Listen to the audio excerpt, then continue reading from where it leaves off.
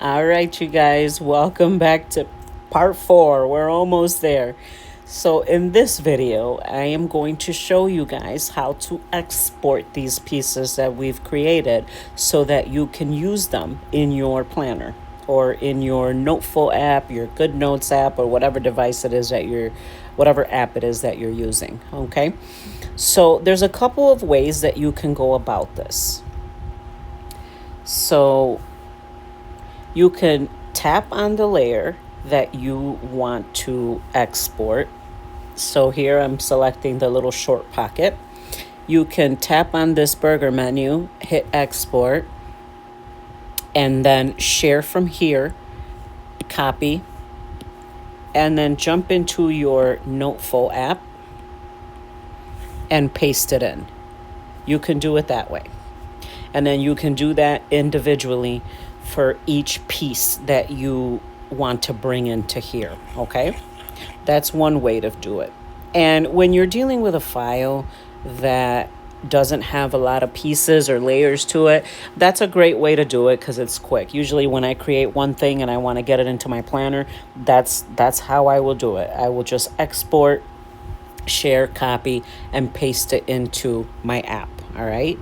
But if you're dealing with a file that has a lot of pieces to it and you don't want to do all of that, you can export them all in one go. And that is the export persona in Affinity Photo. So in order to get to that, first I'm going to go ahead and shut this background off because I'm not going to export that. There's 5 pieces that I'm going to export. It's going to be the 3 pockets, the cover, and then the cover with the pages combined, okay? So if you tap on the little icon over here where it says persona and you see your photo icon, tap on that and then move over to the export persona. Then you're going to select the slice selection tool, which is the second arrow, and you're just going to lasso around that. All right, that's going to make a selection of all the individual pieces that are in this file. Over on your right-hand side, you'll see that there's a couple of icons here, the slices, the layers, and the transform tools.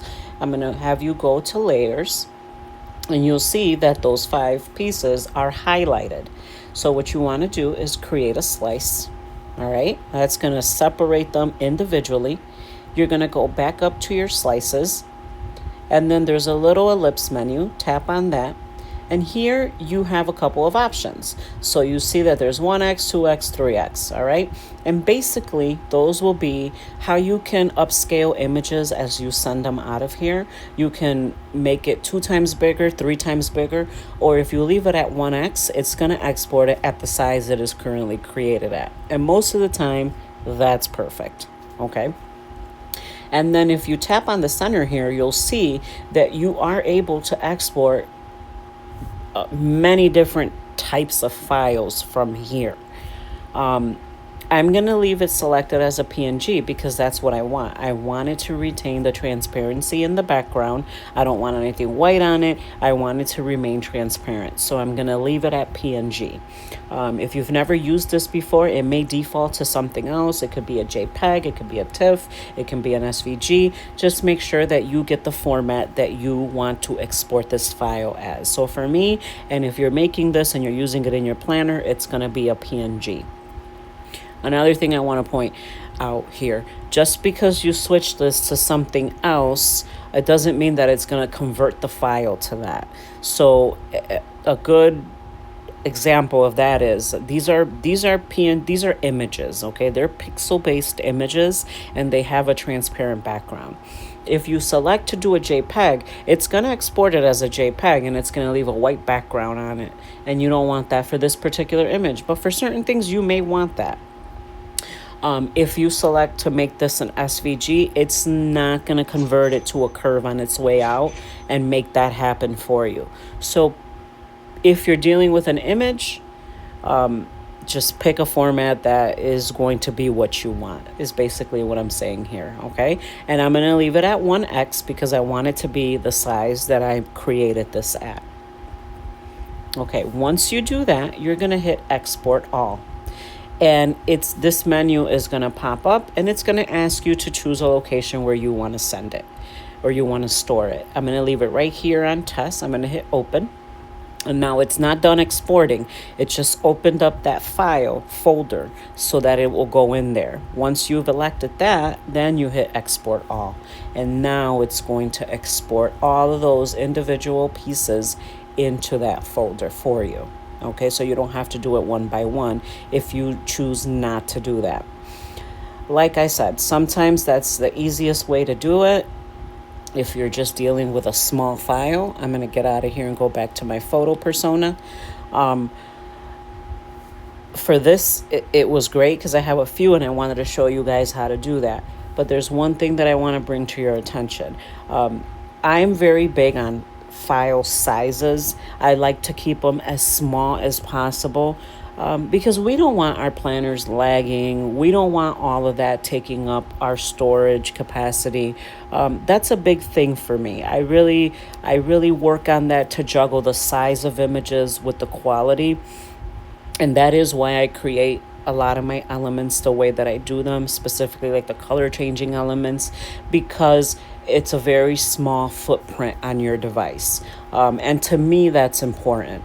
So the reason why I'm mentioning that is because when you export things this way, when you use the export persona, it's going to export it at the size that it's created in this document. Okay, so some of these images are going to be quite big. So if you look, let me go ahead and delete this background one because I don't need that. I just need the individual pieces, not kind of a collage of what they all look like.